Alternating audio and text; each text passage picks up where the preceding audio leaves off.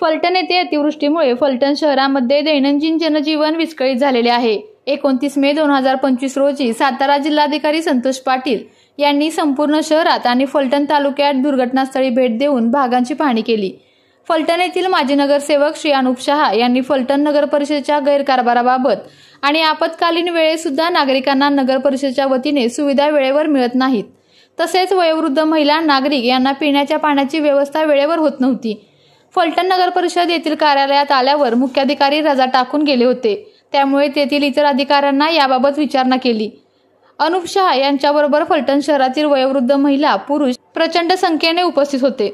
शहराच्या हद्दीमध्ये अतिवृष्टीच्यामुळे घडलेल्या सगळ्या गोष्टींमुळे नागरिक बेहाल झालेले असताना नगर परिषदेचे मुख्याधिकारी व प्रशासक जे प्रथम आहेत हे टिंबटिंबला पाय लावून पळून गेलेत, जनतेला वाऱ्यावर सोडून। त्याचवेळी तालुक्याची परिस्थितीमध्ये प्रांताधिकारी तहसीलदार अत्यंत चांगल्या पद्धतीने काम करतायत। आमदार साहेब, खासदार साहेब, राजेगट जनतेच्या हितासाठी रस्त्यावर येऊन मदतीला उतरलेला आहे। या ठिकाणी राजकारण नाही, राजांनीही मदत केली, दादा गटांनीही मदत केली, पण जर असा अधिकारी असेल पाठीत खंजीर खुपसणार, हा जावलीच्या मोऱ्याची औलाद आहे। जावलीच्या मोऱ्यांनी छत्रपतींच्या पाठीत खंजीर खुपसला, ह्या मोऱ्यांनी आमच्या फलटणच्या पाठीत खंजीर खुपसलाय। ह्याचा बंदोबस्त करावाच लागेल। या प्रकरणात सर्व नेते मंडळींना विनंती आहे, राजकारण बाजूला ठेवा आणि ह्याला वटणीवर आणा।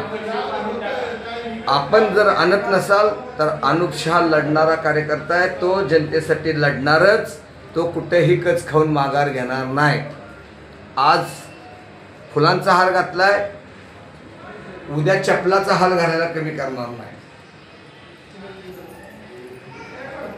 नागरिकांना पाणी नाही, राहायची सोय नाही, जेवणाची व्यवस्था नाही, आणि जिथं केली होती तिथं साधा हांतरायला टाकलेलं नाही, झाडलोट केलेली नाही, दारूच्या बाटल्या सुद्धा उचललेल्या नव्हत्या। अख्खा व्हिडिओ शूट आहे।